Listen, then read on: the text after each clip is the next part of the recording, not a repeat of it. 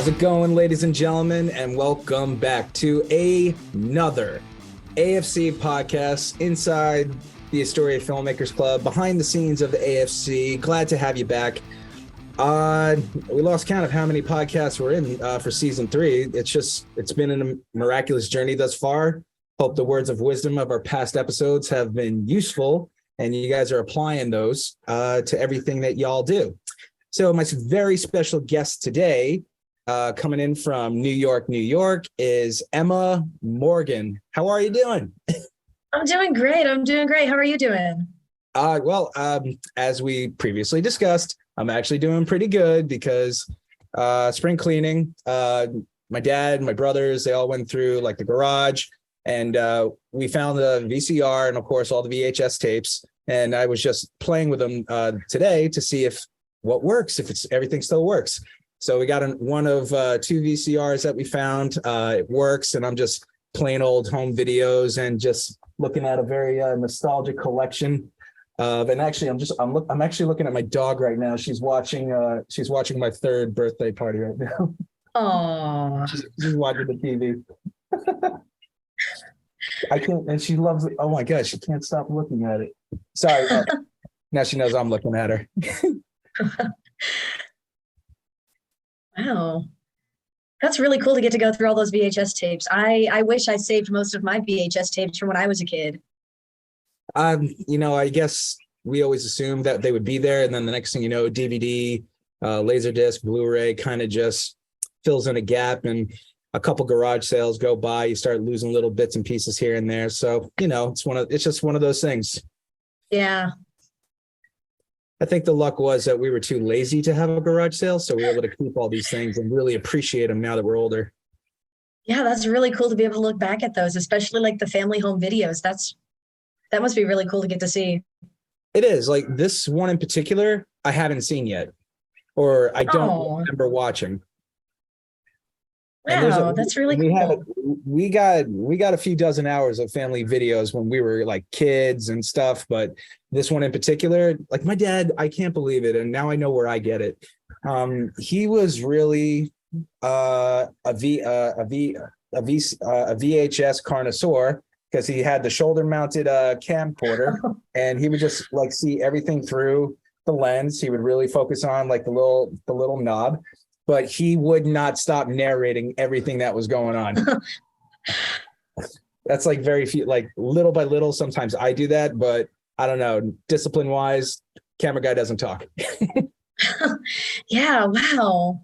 That's really cool. I don't think a lot of people can say that they have like access to footage of like their childhood. No. Very few people, unfortunately, might.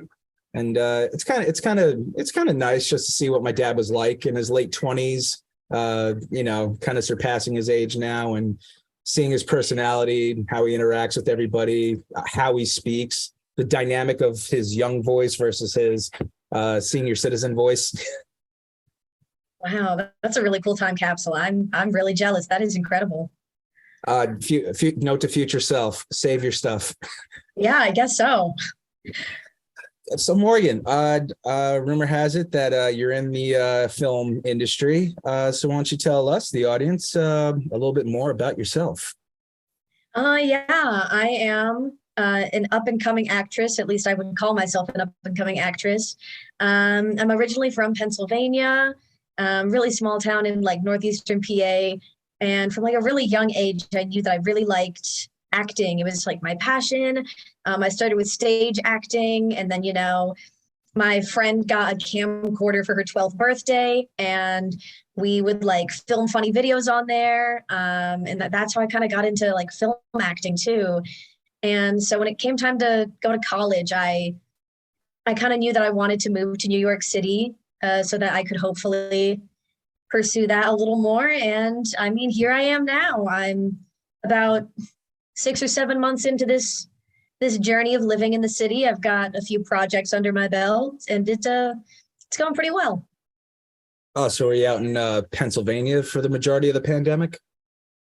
Yeah, whole thing. I was out in PA. So just on the back end of college, and then getting through it, and then when you had an opportunity, jumped on the wagon to get out here? Yeah. Great. And so what have you been working on? Like mostly any theater work, musicals or anything like that? Oh, I do a lot of theater work. That's kind of my specialty. A lot of theater improvisation. I'm a big fan. I've been trying to get some work done in student films and stuff. I actually did background for a movie for, I believe it was Paramount Pictures. I did. So Sweet. that's been fun. Really trying to try out all the medias of acting and just kind of see what sticks.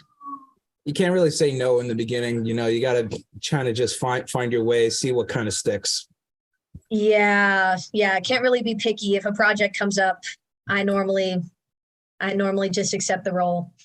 and just go with it. Yeah. Was there certain techniques all in college that you might have learned, like more of a Meisner background, Chekhov, Stanislavski? A lot of Stanislavski. That's rare. You know, not too many people know what that is nowadays. Yeah, I guess I'm just very lucky that I have professors who they value Stanislavski.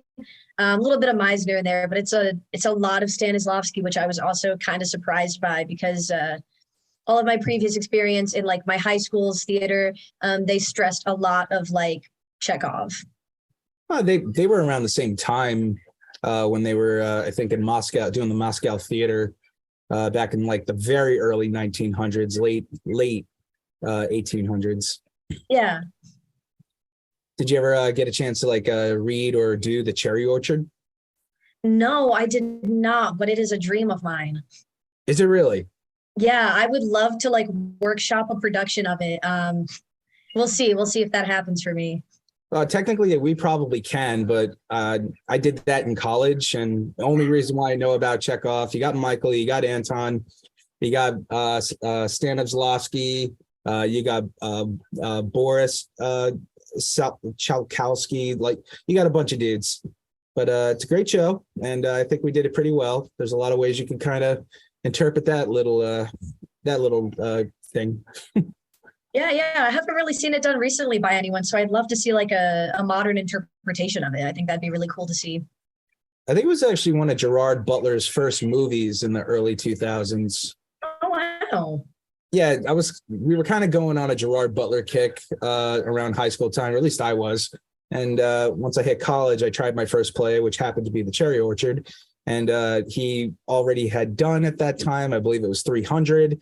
And then IMDb, I think it was around. So we were all kind of looking up the movie version. And sure enough, King Leonidas played Yasha. And that was the part I got to play. Wow. And I think he did a better job, no doubt. But you know, I did what I could. Tough competition. Oh, I mean, it's King Leonidas. Like that's a tough act to follow. Yeah. So, what are you kind of planning on now? Since just moved to the city, you're going into. Is this your first summer? Yeah, this is going to be my first summer in the city. I'm already preparing myself. I've been told it gets real hot here, but we'll see. I'm kind of excited for it. I'm excited to just kind of see what the city's going to have in store for me. I think I've had a lot of auditions lately, so I think audition season is really ramping up. So I'm hoping to get cast in some stuff for the summer and just kind of see what comes my way. Very good. And since you've been here, what was the best way for you to just like find gigs? I mean, a lot of word of mouth. I definitely made friends with a lot of my professors here who maybe have connections in the industry. So word of mouth. I use Backstage has been a game changer for me in booking auditions.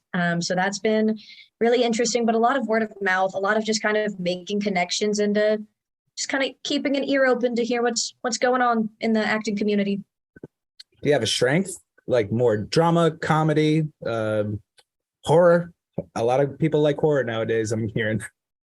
I would say that my strengths are definitely horror and Oh my comedy. I God. would say are my two biggest strengths. I was just guessing. I wouldn't have guessed. I was just throwing it out there. You nailed it. Horror and comedy are my specialties in acting. Oh, I can't talk about horror because it's just I don't know how to talk about it.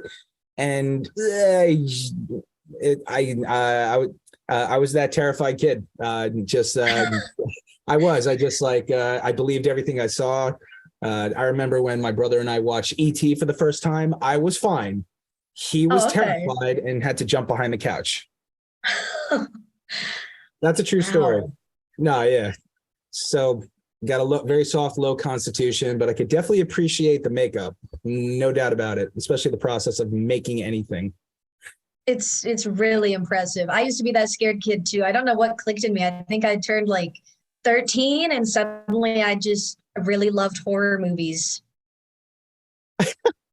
Did you have an I want to say an all-time favorite, but what was your go-to horror flick? Ooh. I'm gonna say the Something. original Halloween or Silence of the Lambs. I've seen Silence of the Lambs. I guess. All right. I could do some, but no, I have not seen Halloween. It's So really good. I saw the It's really last. good. I saw the very very last scene in the very very very last movie of Halloween, and I'm like, got him. All right, moving on. Got him. Redemption. All right, case closed. Oh, you know as much as you need to know from that scene alone. Yeah, and Oscar award winning Jamie Lee Curtis. Let's get it. Oh my, she's incredible. She is truly an inspiration. I can't remember the first movie I've ever seen her in, but I always liked watching movies whenever she was in it. I think the first one I can remember that she's ever done that I really enjoyed was True Lies. Oh, That was with Arnold Schwarzenegger, International Spy. it's a good movie. That's a good movie. I think That the was first thing I saw her in was probably Freaky Friday, which is, a little later in her oh, career. I did forget she did that. I think she was in Knives Out not too long ago. That was a fun one. Yes, she was incredible. She's fun, and I really I did grow up. I grew up watching a lot of classic movies, but Tony Curtis, especially in his performance in Spartacus, learning about how some actors became well known, and it's because their parents were in the business, things like that. And I'm like, well, damn it, that rules me out. But all right, I'll figure it out. I know. I see that, and I'm like, oh, there goes my chance. It's from. Isn't that a little like unfortunate that we have this like and everybody thinks it where it's really hard to make a living doing this and like maybe leaving that big of an impression on a people with the stories we tell.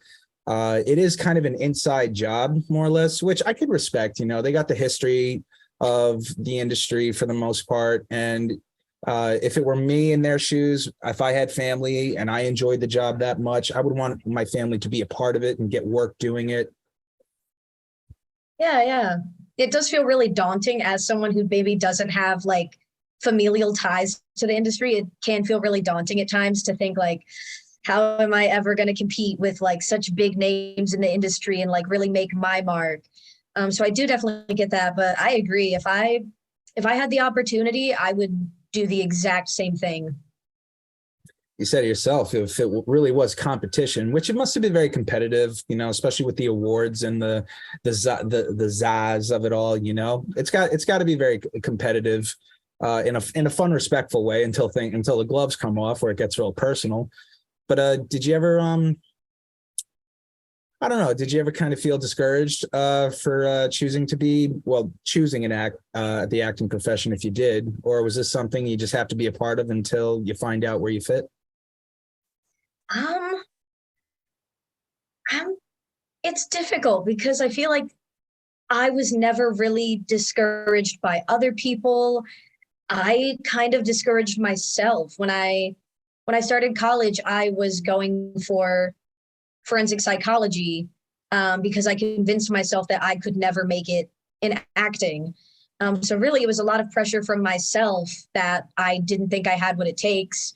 And now that I'm kind of getting into the thick of it, I'm learning that it really is just kind of trial and error.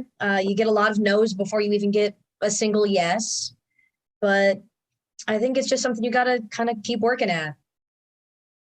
So what do you do to kind of like stick with the routine and keep yourself going between projects? Ooh, it can definitely feel feel a little tricky because, between projects, I tend to just be so fixated on, okay, well, what next? What next? And just what's the next project instead of enjoying time and like gaps of period that I get between projects to kind of just enjoy life and not be constantly audition to audition to audition. So I feel like it is important to have some kind of routine between them. And my favorite thing to do between my projects is I do a lot of self-care in between, whether it's like bettering my performances and working on my technique more, or if it's just like working on my mental health and like just making sure that I am in the best possible shape mentally and physically that like I can be in, so that when the next project does come, I'm ready and I'm in a good headspace for it. Awesome. Very good. So, what was the most recent project you might have worked on? Ooh, let me try to think. The last thing I did some ads for social media, um, which is not quite the same as what I'd like to be doing, but it's a good stepping stone. I'd say the most recent major project I did was the film that I did for Paramount. That was just some background work. But that was pretty fun. It was a good shoot, had a good time. How many business cards do you think you went home with? Not as many as I could have, unfortunately. No, I did get quite a few from like the makeup staff and crew. Oh, good. Yeah, yeah. I was like, I feel like they might just be good to have like in my back pocket. Never know who you're gonna need. 9,000% true. Yeah, those are the contacts you want. Yeah, yeah. Not the ones you think you need, but the ones that you probably will need. Oh, they'll remember you. They don't forget. Unless, well, no, they will remember. There's no question about it. Never mind. Yeah. Was that performance as an elf? No. Oh my goodness. I completely I So it completely says here yes. you one of the projects that you were working on was called Macy's Santaland. Yep. I worked at Macy's Santaland as an elf. I guess that would technically be my most recent project. As weird as it is to call it a project as if it was some kind of professional performance, but I would, I mean, on every level it was a lot of improvisation. You're playing a character, but it's definitely the weirdest project I've ever done.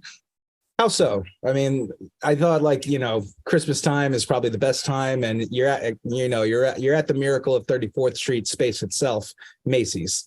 Yeah, yeah. I mean, that was cool to like get to work at Macy's, like 30 Miracle on 34th Street. That is the location. That was really fun. But it is just a really weird job, I guess, to kind of decide you're going to play an elf, because this is a job that I did actively seek out.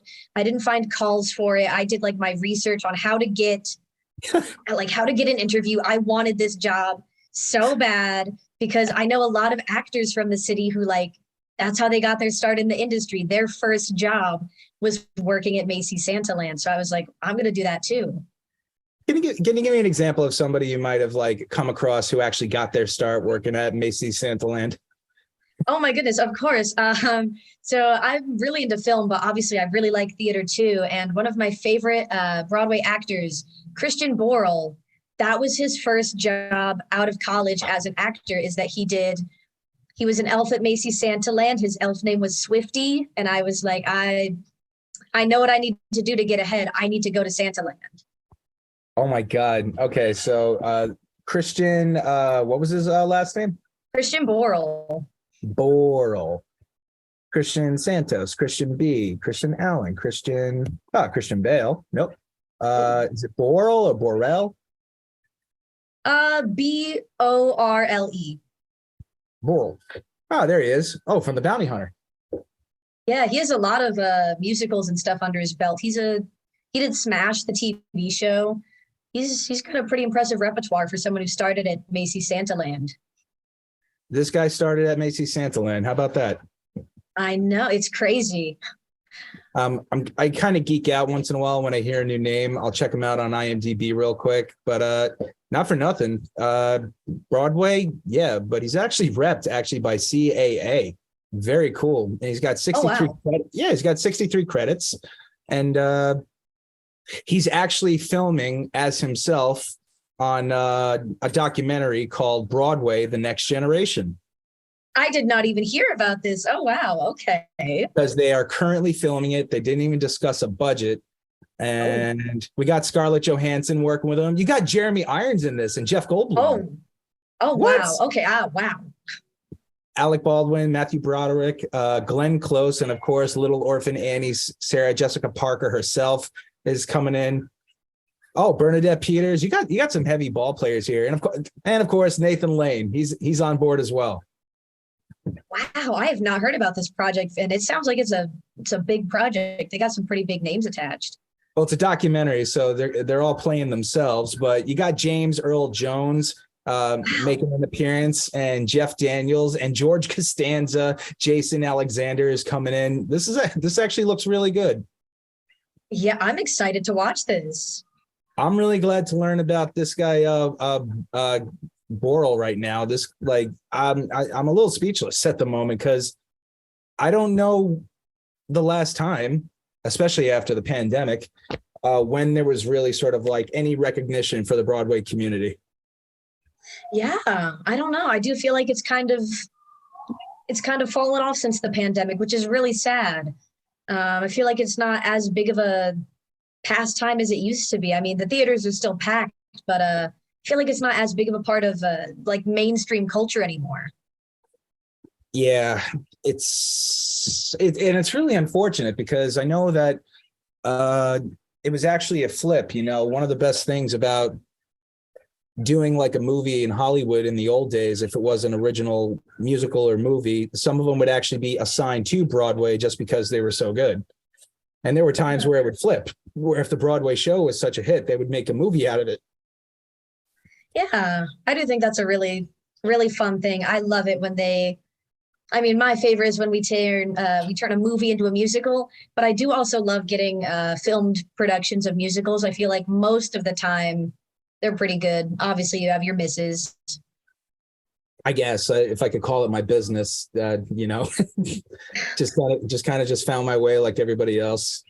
And kind of to piggyback what you're saying before, have you ever seen a movie called Once?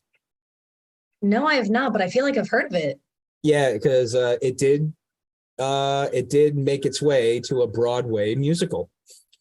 Wow. It was a sweetheart of a movie. I don't even know how I really stumbled across it. Like I was going through a love phase in my mid to late 20s where it's like, I want that. No, so I guess it was just like the universe being like, watch this movie. And it was really sweet. It's about a guitarist, street performer. Of course, he had no connection with his ex-girlfriend, and his guy from Ireland, I believe. And it was a whole life where it was like everyday real people just like, living their life with feelings and with skills. And then, of course, he meets a new girl who happens to be a single mom and also a piano player. And the next thing you know, they just start kind of just making music together. And it just blossomed into something like a beautiful friendship, truly. I think it was very sweet. And it kind of made me wish I could sing tenor. That's for sure. Wow, I'm definitely gonna have to check out this movie. That sounds right up my alley. If it's not for free on streaming, 100% guarantee at your local library, they definitely have it because that's where I found my DVD. Oh, all right. They might even have it on VHS. Who knows? It's hard. It's a hard call. But now, since we're talking about movies and musicals, you did actually write something that really caught my attention because I love this movie. The musical, I'm sure, was just as great. I just haven't seen it on stage. You picked The Little Shop of Horrors. Yes. All right, because like Rick Moranis is my boy. That is the uncle, brother, father figure I grew up with during the 90s, during the Flintstones. He was in Ghostbusters. He was in, I think, some sort of parents movie with Steve Martin. I forget the name of the whole thing. Yes, I actually have a copy of the DVD of that movie right here. Yeah. So it wasn't Father of the Bride. It was something else. Like, because Keanu Reeves was in it as well. Yes, it was oh my, let me try to see All if I right, can solve the mystery. I know he was in My Blue Heaven. I have that one. I don't think I have the parent movie, Oh, but I that was believe it was great called when he I plays the believe it was FBI called agent. Parents. Parents. I believe it was called Parents, and I know he did My Blue Heaven with Rick Moranis. It must like was it Parents or Parenthood? Parenthood. Is that it? Parenthood. It's got it. That's got to be it. Yes. So Rick Moranis in the Little Shop of Horrors. Yes, it was Parenthood. Oh my God, there's another throwback. Save that for another moment. He played Seymour, and Yes. he actually sang and performed his own songs. Yes, he did. And I mean, my controversial opinion is that I think he did incredible. A lot of people seem to not like his singing voice or his performance as Seymour. I loved it. I ate it up. He was incredible. Well, regardless of being able to really carry a note, because this isn't like you got a ridiculously outstanding, ridiculously good variety of singers who do that, and they're tremendous, and like you can't even describe, like they're just in a different league. Now, my curiosity is this: if you want to make a movie and it's going to have to work, is singing like maybe the most important attribute, or is it more about how well, based on the character, because if he's kind of a dork in this case, if the singing matches the character and how they execute? Yeah, no, I agree. I would argue that in every adaptation of a musical to a movie, I think it's more important how well they can act and portray the character, not necessarily how well they can sing. I'd rather see an amazing performance than a kind of lackluster performance and some really nice vocals. And that's exactly where I have to agree. And if you do actually need to have that dynamic of somebody who is more or less a singer who knows how to act, that's where I literally have to give so much credit to Ellen Greene for her performance. And what about Seymour? Yes. Oh my, I love her. She was incredible. I did not know she could sing when I first saw this movie, because I remember her as the mom who got blasted in The Professional starring Natalie Portman. Yeah.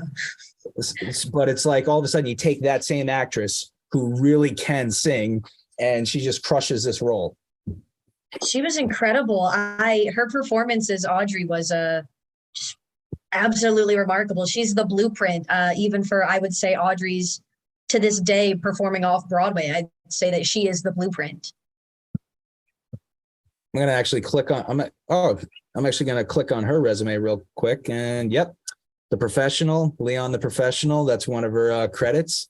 Oh, wow. She was born in 1974. Bless her heart, she's still with us. And yes. It looks like she has she's got over 70 projects on her resume. Like she's a worker. This is Mrs. Reliable here, and she was actually in The Walking Dead. Whoa. Okay. Wow. That's a weird appearance to make on her resume. The Walking Dead. It was a webisode, and it was from 2011 to 2018, directed by Avi Yoeban. And I don't know if this is like The Walking Dead. It just looks to me like it is The Walking Dead, unless it was some sort of fan film that she jumped in on. Wow. Okay. I did not know that she was in The Walking Dead. I guess everybody's got to click on IMDb Pro, and sometimes, do a little geek moment once in a while and just take a gander. Yeah, it's really impressive. And she's actually in a film. Her most recent project came out in 2019, right before the pandemic, and it's called The Untold Story. And I don't know if I saw that one. She co-stars with, let's see, Jordan Ladd as Rebecca and Tate Fletcher as Owen. And I think he was actually a singer in Jumanji, where he actually sang Oh, he was actually in Jumanji: Welcome to the Jungle that came out with The Rock and back in 2008. Oh, wow. Okay, so I think I recognize him, but it looks like not too much like the cast members that you would see on an everyday basis with the blockbusters. But these are actors. Like Yeah, these guys could do it. that's pretty interesting. Wow. Yeah, and now I just came across I'm about to have like a geek moment because now Untold Story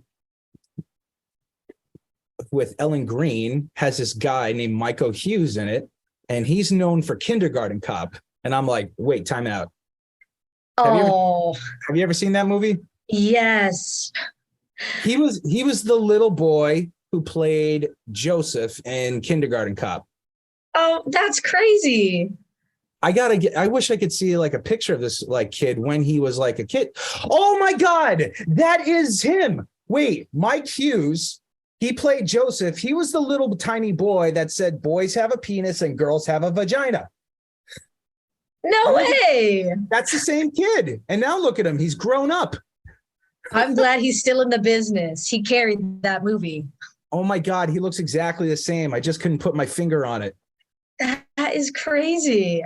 All right, I got to take a step back before I geek out and go down the rabbit hole. Meanwhile, Little Shop of Horrors. Wow. So, did you ever perform that? Like maybe throughout college or high school? Oh, I wish. I wish. That's another one of my dream roles is that I would love the chance to get to play Audrey more than anything else in the world. That's like my number one dream role. I just want to be Audrey. Welcome to Happy Corner. This project strives to make safe housing areas for stray cats at an affordable price. It's so easy to put together that even your children could have fun making one. Help keep cats and other animals safe with their own little Happy Corner homes. You can help this project become a reality by donating to the GoFundMe page. Happy Corner homes are a great way to show those animals in need it's okay to be happy. That sounds like actually a good short movie. I Want to Be Audrey. I want to be Audrey. That's the name of my biography when it comes out one day. I just wanted to be Audrey. I just wanted to be Audrey. Yeah, no, it's a great show. I mean, I've seen the current off-Broadway run 16 times now. Stop. Come on. 16 times. I pay their rent. I pay the rent at the West Side, basically. It's a great production. Yo, dude, like ask if they need a summer intern and just be like, and you never know, they might need an understudy, you know? I would love that. I'm tempted. Every time I go, I'm tempted to ask if they need like a stage hand or something. It's a great show. I just can't imagine somebody be like, no, not interested. I can't really imagine. Like, I don't know, like, I remember when I first went on like to a Broadway show, I literally walked right in to the actors entranceway deliberately. I had a mission. I had a mission. I wasn't going to ask for a job, but I was there to see a friend, or at least a friend of a friend, because you'll probably find this out from previous podcasts, but I had no background in acting. It really did just happen. My first projects in college happened to be musicals, and along that, early first summer, somebody recommended I train with one of my local opera singers, and I'm like, oh wow, yeah, oh wow. So I did, and I'm scooping ice cream at Friendly's over the summer, so I got an extra $35 once in a while to pay for a singing lesson. And it was really great getting to train with him.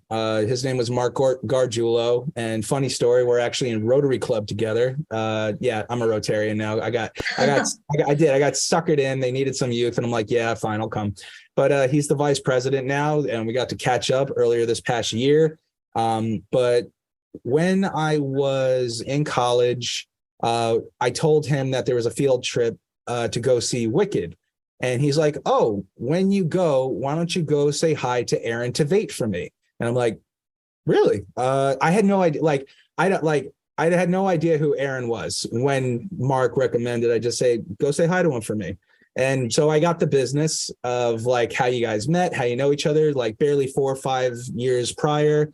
while Aaron was still in college. They used to train together. And it kind of gave me a sense of like, oh, I'm training in the same exact room. Okay. So I had that moment, but I didn't feel that way until after I actually met the guys. So I go down to Broadway for our like school field trip for college. I walk right in. I say, hey, is Aaron around? And actually, he's not here yet. Why? Oh, it's like, I'm here to say hi from a friend of a friend and just wanted to, introduce myself. So he comes walking in the door, like maybe within 20 minutes. I still remember he's still got his backpack on, coming from his house. He's got some sort of shake or smoothie or something. Like he's in the zone. I think he even had like the first edition of like headphones from Apple 3 or Apple 4 or something like that, but whatever. Details don't matter. But no, I got to shake his hand. We talked. I'm like, hey, Mark Gargiulo just wanted me to tell you that he's thinking about you. He says hello. I'm actually, I'm in college right now. I'm training with him as well. So just so you should know that. And it was really, the guy was just so outstandingly laid back and chill. Like we were both like in our early mid-20s. I started college very late, and we just got to really meet. And he said, yeah, come back after the show. I hope you enjoy it. So I get to come back right to that exact same spot where we met after the show. And I'm like, and I'm blown away. I never saw Wicked. I didn't even know what to expect. I knew, like, I understood it's about the Wizard of Oz. I'm like, oh, great. I love the Wizard of Oz. It's au contraire. This is a prequel or something. Yes. Like there's so much backstory here. And I'm like, so if you care to find me the whole time. And I'm really into it. I'm actually like, I didn't cry, but I was really happy at the end. I thought it was a beautiful story. And I'm like, I can't wait to be a working actor. That's exactly how I felt. So I go back, I shake Aaron's hand. We caught up. And we somewhat like kept in touch over the years where we would just randomly bump into each other.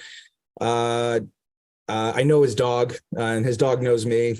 So it's like, it was just like one of those serendipitous things that I think when you're on your journey as an actor and you don't really know anybody, you're so like, you're so ridiculously green and a blank slate. You meet all these people, and now the man just won a Tony. And that was like 15 years ago when we first. Yeah. So, like, I still want to be a working actor. That is so crazy that you should bring him up. I just saw his closing night in Moulin Rouge. I just so happened to be an Aaron Tveit mega fan. Oh no. I'm not telling you where he lives. Darn. Yeah, what are the odds? No, I've been following his journey since probably since his days in Wicked. Is when I like first heard about him, and then I found out that he had more recent works and stuff. He was Fiyero in Wicked, right? He was Fiyero in Wicked, this scarecrow, spoiler alert. Spoiler alert. Spoiler alert. And I thought just even the transitions and how they did the makeup was what really blew me off. Because the second he came back down, it was not even 5 minutes of him. No, it's crazy how quickly they got him into the makeup. In and out of the makeup. It didn't even look like he had makeup on when he came downstairs. I'm like, dude, whoa, how'd they get that makeup off that quick? He's like, they just do it. And that's basically what he said. They just do it. That's crazy. No, it's like, it's been really cool to just like, see him once in a while. Like, I remember in 2012 and 13, a few years later, just not thinking I have what it takes, because I wasn't booking anything, it was and it gets to you when you know that you have a part to play, but either it's the right role or the right timing is just not there, and it's frustrating, and it really sucks. And there was a bit of a timeout moment for me because I just completed 4 full years of intense, nonstop either acting, filming, acting school, and it was a fucking rush. But I always used to get backstage. And it was right around that time that they converted from the newspaper format over into the magazine. So I'm getting, some interest in student projects, indie film, whatever. And I was submitting, we didn't have online profiles then. You just had to shoot an email and hope you had a digital copy. But there was one time, it must have been in 2012 or 13, all of a sudden there's Aaron Tveit, and there's an article specifically like right there. And I didn't even recognize him right away. I'm just like, oh, good. More people are getting roles. Fuck you, dude. I wish we never met. I see, oh, they're making Les Mis. That's nice. I love Les Mis. Oh, Hugh Jackman, very nice. And oh, look, there's Aaron. And I pass, and then I go, wait, what? I go back and I look in. I'm like, wait a minute, what the fuck? And then it was just one of those, for me anyway, like, it was like, I don't know, dude. Like, I hate to say it, but I was still in a place of uncertainty. And I just got reminded right then and there that it's like it was barely 4 years ago. And it kind of gave me just a little bit of a deep breath moment where not so much a reset, but why stop now type of a moment. Yeah, no, for sure. You know what I mean? And then it got even weirder later on because about 3 or 4 years, another 3 or 4 years go by. My wife and I were looking around for new apartments, and sure enough, I'm like parked out on the street because alternative side parking, and literally walking right past my car is Aaron Tveit. What are the odds? That's what I mean, though. It just seemed like that's what I mean. It's just so like now I could tell a story because it's not our first time he walked past my car where it's like there's backstory here. But no, like little signs of hope like that kind of just, for me anyway, kind of just, kept me optimistic about the idea of, I don't know, maybe getting back to basics, and why not try a musical one more time, something original, something nobody's ever seen. I grew up watching them my whole life. I love musicals. I always have. I'm so much better of a Broadway style singer than Marlon Brando. So there's got to be a place for me someplace, right? Yeah. So I mean, like, if not, maybe I just got to make my own musical and show it. So it was just one of those moments where it was just nice. And every time I see him, every time he sees me, we always say hello. Nice to see him.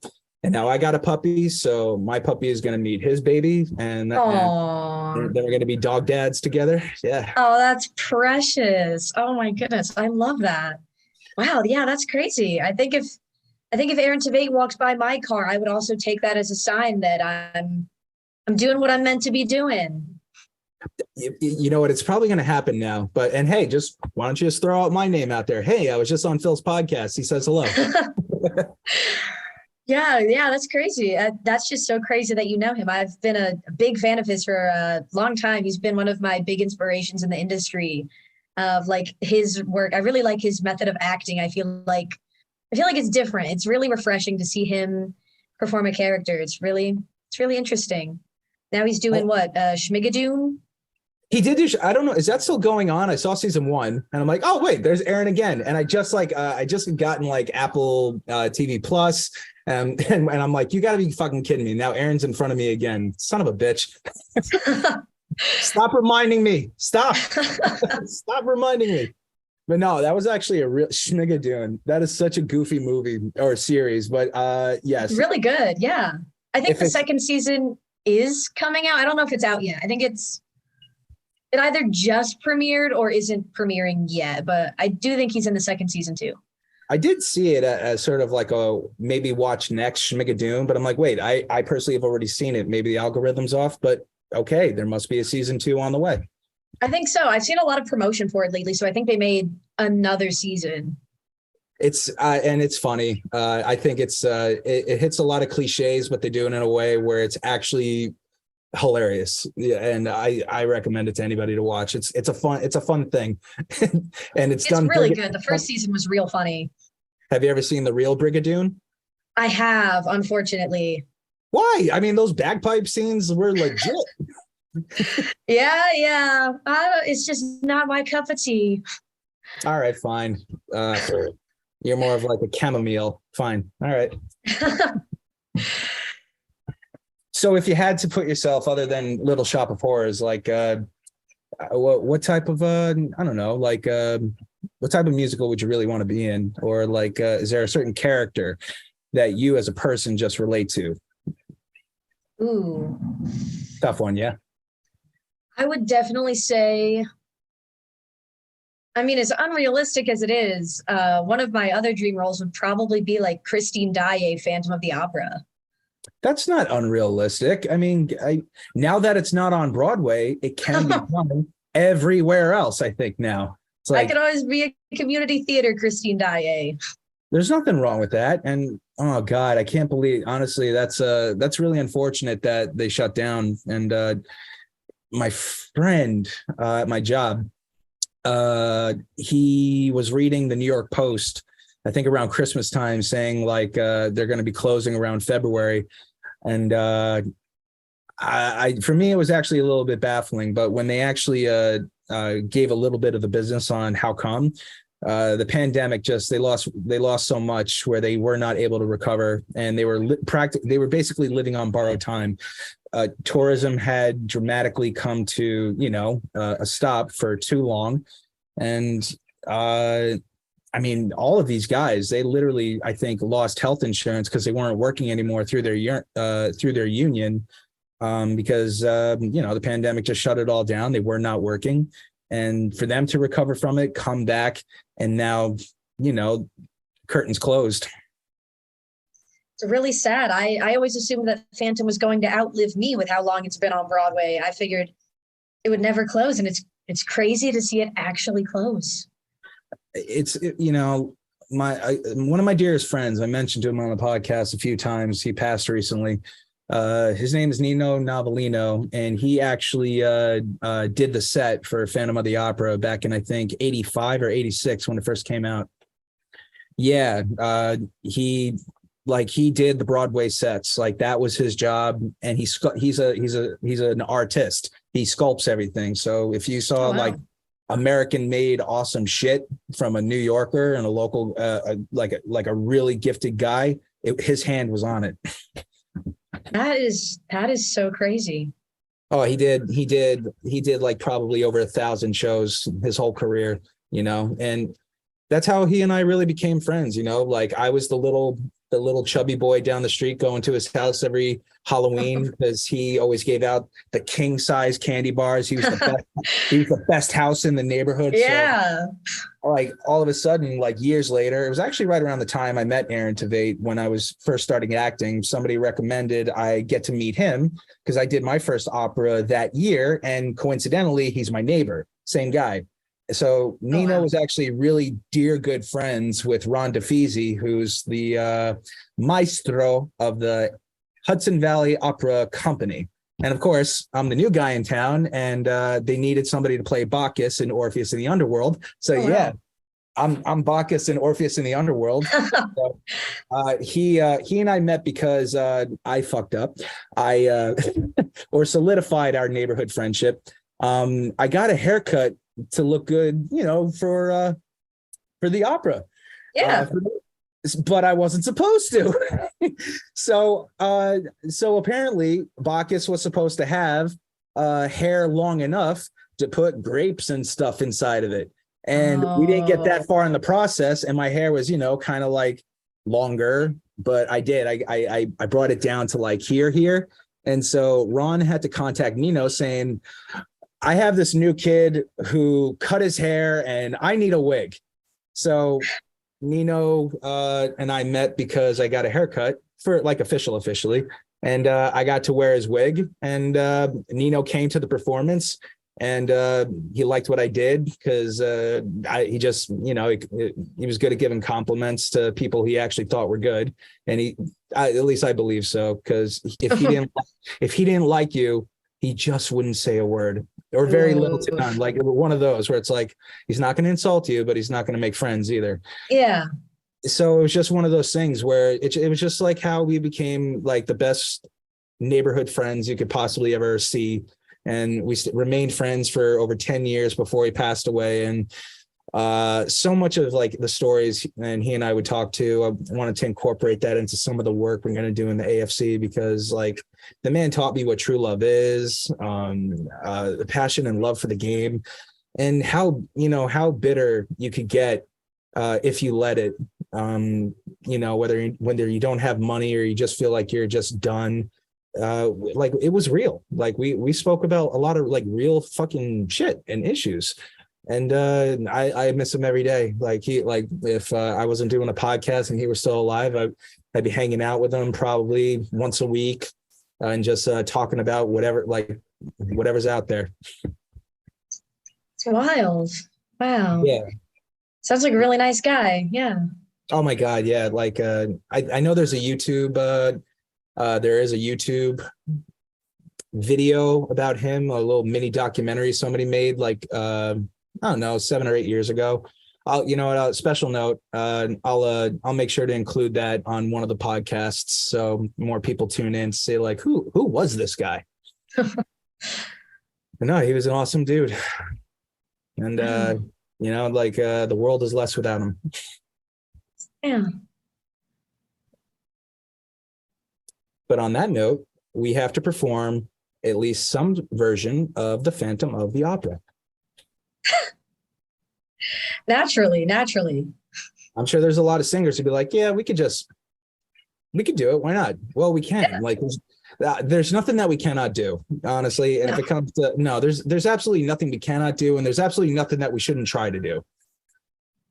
We actually had a really good startup, fun program that was done. I think her name was Jessica and the other girl was Megan.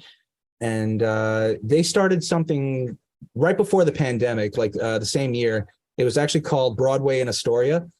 And it crosses everybody's mind that Manhattan is not the only Broadway in the city. It's not. Yeah. Like Queens has a Broadway. I have reason to believe that there's even one in Staten Island. And I'm more than sure that Broadway goes all the way up to the Bronx at some point. There's Broadway all over New York City, but they had Broadway in Astoria because we have one right here in the neighborhood. And there are a few spaces on our Broadway that could actually facilitate and host music, if not a play. Wow. So, I mean, of course, it got me thinking, especially this past year on what to bring to Astoria and what we want to try to do.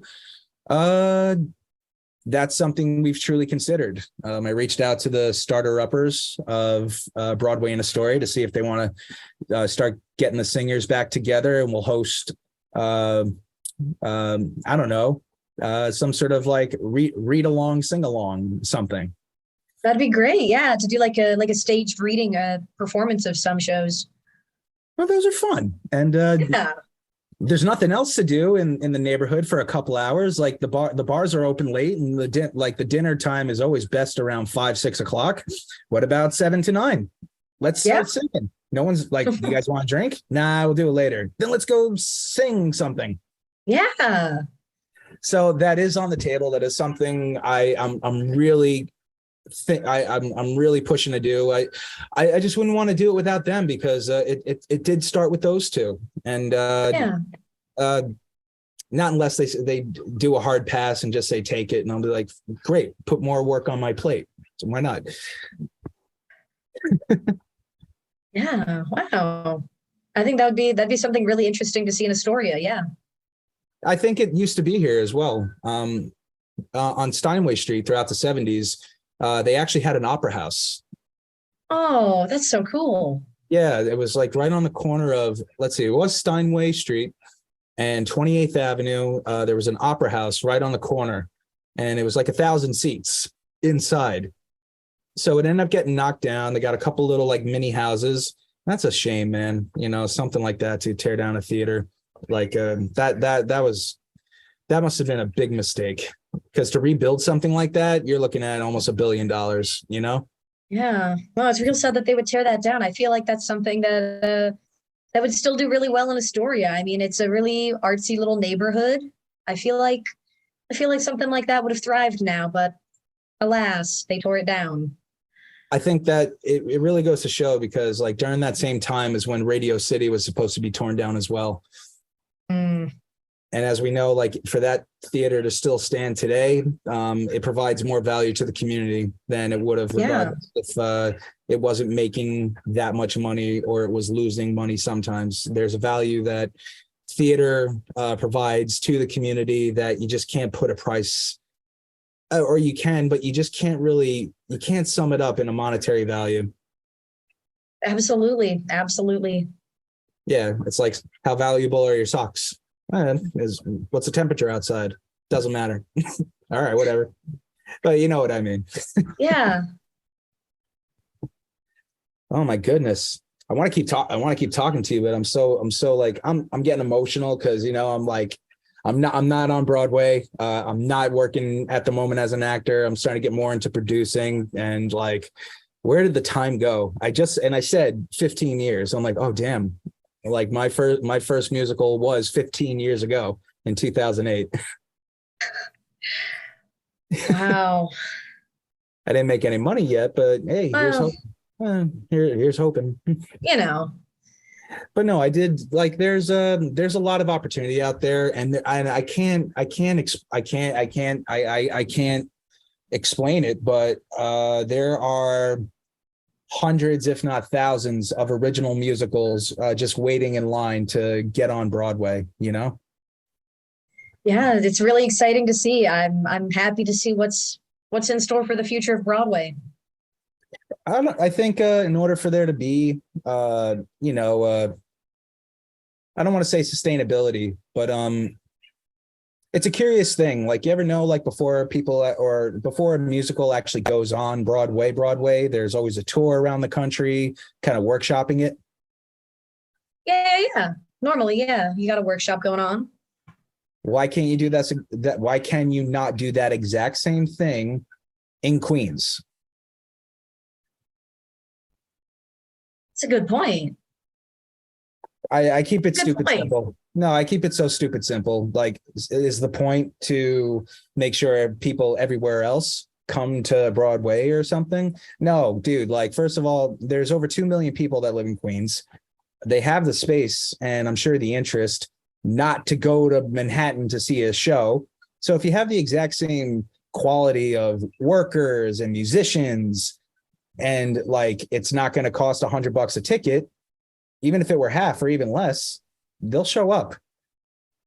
No, I agree. It's always baffled me how, despite there being Broadways all throughout the five boroughs, there really is only one in Manhattan. When I think that I think the arts could thrive in any borough. They just kind of need the space to do it. And to me, Queens has always seemed like a very artsy district, especially Astoria. There's a lot of creatives there. I feel like it'd be a great place for the arts to thrive, but I don't know why it hasn't really been done yet. I feel like it's a missed opportunity. And that's my cue to begin it. This whole time they needed Phil to head the no. They've been waiting for you. I hope not. Like, I don't want that responsibility. And there's like it. Honestly, I really hope it's not as simple as something as a lack of leadership. I really hope it's not something as simple as that, or, you know, just that daring to be brave energy that you need to just say, why not? Let's give it a try. Yeah. There's a lot of people who created so much initiative in Queens, Astoria especially. I just got an email today, actually. Every Sunday throughout the month of May, throughout the entire summer, you're going to see like little initiative people all over 31st Street, because they're going to do the open streets again where there's no cars. So wow. they're going to have vendor booths all throughout the entire summer, just right there, just kind of just having open streets and just hang out in the middle of the road and see a vendor. Wow. I'm excited for that. You're going to see the Astoria Filmmakers Club booth there because we got invited. Ooh, all right. Yeah, so hopefully we'll promote the podcast. People will tune in, and if anybody's got an original musical and you need a bunch of actors, we got 900 people in the group that probably know how to sing, we'll workshop it and have some fun and try and figure it out. Because I do know one theater space in Astoria, coincidentally happens to be on Broadway, that I have no idea wants $3,000. So we'll make it happen. Yeah. Burn. Well, I gotta say, Emma, what's your next step? How can people, get in touch with you or follow you and see you on your journey? Yeah. Next steps for me, still up in the air. I'm just kind of going with the flow. But if people want to follow me and see what I'm up to, they can follow me on Instagram and on TikTok. My Instagram and TikTok are the same username. It is at hey_ghouls_it's_Emma. Follow us. Guys, be sure to follow that or click on the link, because I'm going to copy it and paste it right on our bio for this podcast. YouTube, Instagram, and actually AFC has a TikTok now. So we're going to explore that a little bit too. Yeah, we'll have little mini trailers of on our next of our next guest or the deep dive or something. I'll figure it out. Actually, no, I won't. I have interns now. I'm going to make them figure it out. Yeah. I don't have to do that. I don't have to do so much anymore. I'm going to put the kids to work.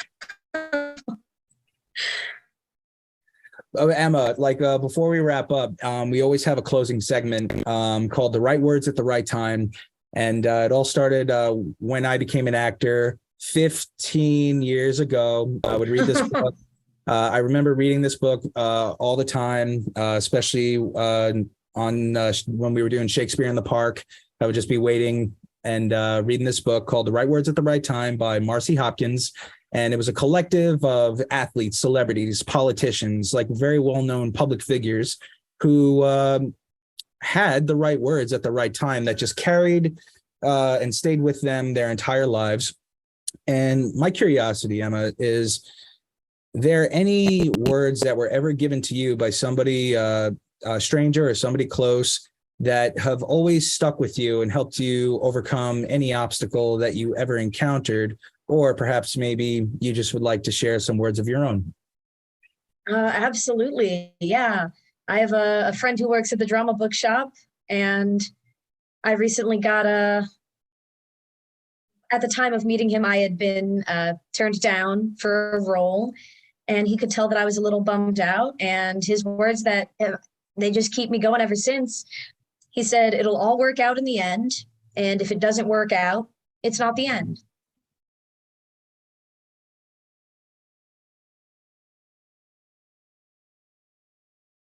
I just had to take a pause because he's 1,000% correct. I really hope that registers. Shout out to Michael at the drama bookshop. Was he was he the short man with black hair? No, he has gray hair. Maybe he's got gray hair now, but I always remember that one. True. Very well. It could have been a while since you've seen him. Yeah, he's a short man, gray hair. Yeah, wisest man I've ever met. I know this guy well. I used to go to the drama bookshop because I believe they moved ever since they were on 40th Street or 41st Street. Yeah. Do you know where it is now? 39th. I still visit it just about every day. Is it still in the same spot, or did they relocate? They have relocated recently. Yeah, they closed it down and then they reopened on 39th. I don't know who that landlord is, but come on, bro. It's It's a classic. It's a classic. I mean, some people, man, it's all about the money, especially Manhattan. I hate Manhattan. No, I truly do. There's nothing in Manhattan that you can't get in Queens. And if it's not a bike ride away, sorry, Charlie, not today. That's the truth. Emma, I'm really excited. Hand on the Bible, God's honest truth. I want to sing with you. Not gonna lie. I'm more curious, to A, what you sound like, and B, if I still got it, or if I ever had. I just need to know. Call me up. We'll workshop Phantom of the Opera. We'll do our own production of it. I would like to see what happened with Raoul and Christine Daae after they got out of the basement. It's what happened. Yeah. That's gotta put some kind of strain on the relationship. Well, I mean, they had a very interesting beginning. It's just like, remember that time I saved your life? Oh, stop bringing it up. Like you've been holding that over my head ever since I was 17, and when we were 6, you weren't even that charming. So it's not going to change. Yeah, that's them. I would like to see a very French angry love couple where somehow it just works and they sing about it, and it could be not the prequel, but I don't know, Phantom of the Opera 1.5. Yeah. Like, why not? We'll make something up. It's not make like it happen. We can make it happen. Well, there's a lot of people who do stuff about France in America. Yeah. I gotta shut up. No, Emma, podcast. Thank you so much. We're definitely going to be in touch. And before you go, I always make sure that all of our guests take this with them, is to always remember to never forget community, the creativity, and joy. Amen. Hallelujah. Oh. When the second we get a musical, I'm giving you a call, because there actually is one on my desk. I just got to talk to Michael about it. If he says yes, check your emails, because I got a doozy for you. Will do. Have a great afternoon, Emma. Ciao for now. Ciao.